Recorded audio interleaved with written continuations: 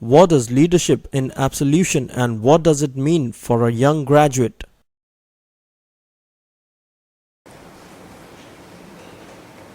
I think leaders are made and leaders are not born, right?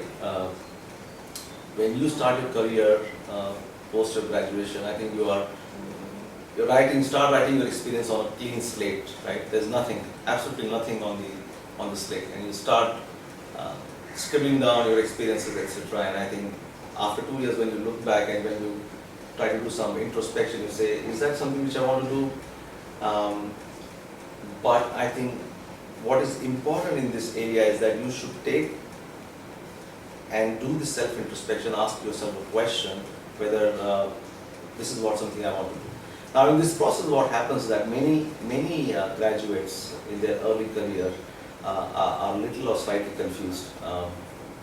Because they have spent so much of money on their education, they need to repay all of it to their parents. They owe a big amount of responsibility towards their parents.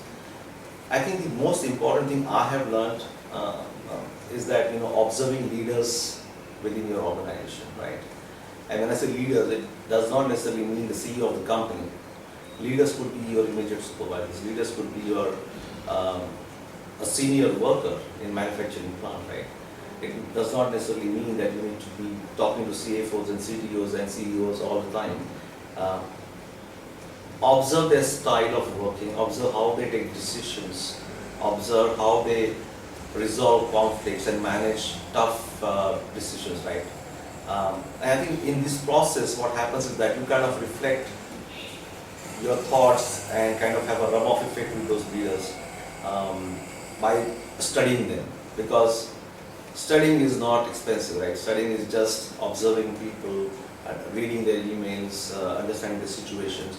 I think all young graduates and engineers should first understand to learn, observe things by their immediate supervisors and the leaders in the company, and that's how you learn and you reflect back and kind of correlate.